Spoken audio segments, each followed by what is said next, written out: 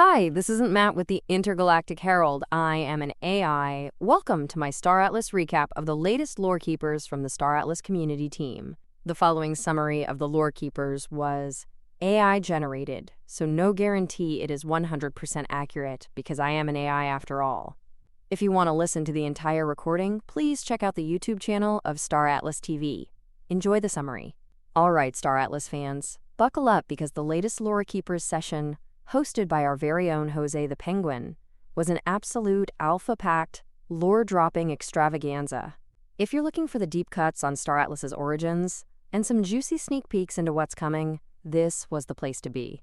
Kicking things off, Jose dove straight into the future of Star Atlas, teasing some huge news for Holocene Chapter 2. Get ready for a massive expansion of lore, with each faction, MUD, ONI, and EOS, getting their own unique questline.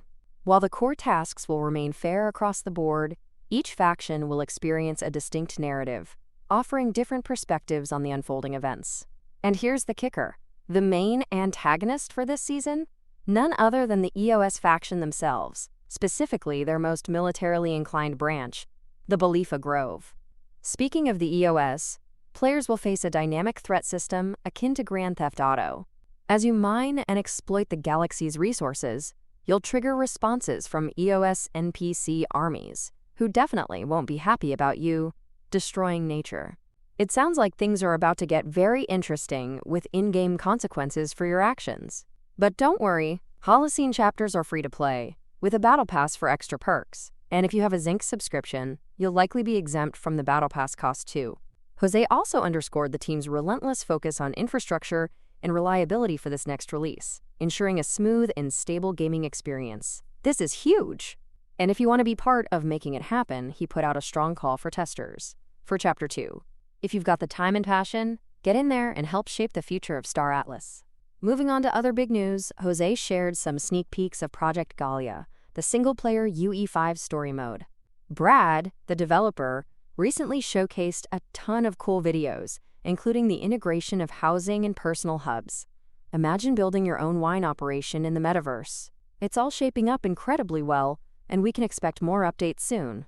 And for those keeping an eye on their progression, a quick shout out to the Zinc dashboard grind. Jose's right behind you on the leaderboard, so keep those daily check-ins going.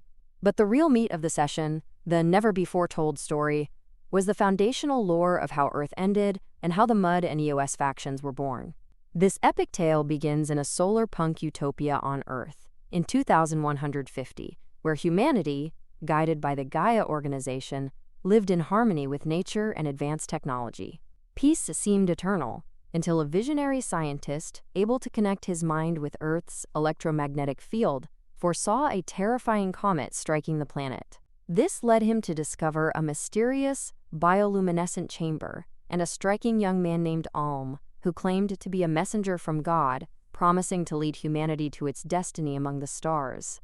Alm's advanced technology catalyzed incredible progress, but at a cost, an escalating demand for Earth's resources. The same scientist, now distrustful, used his machine to discover Alm was actually a conduit for an alien entity known as Arden Fute, manipulating humanity. This revelation split humanity. Those who embraced Alm's vision, forming the Manus Ultimatina, MUD, and those who believed Alm was a threat, forming the Earth-conscious Ontological Society.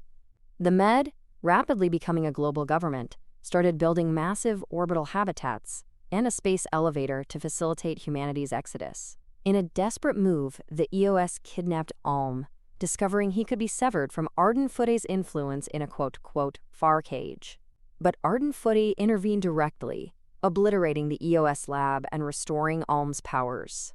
With Earth rapidly deteriorating from resource extraction and the planet's magnetic field weakening, the EOS unleashed their final gambit.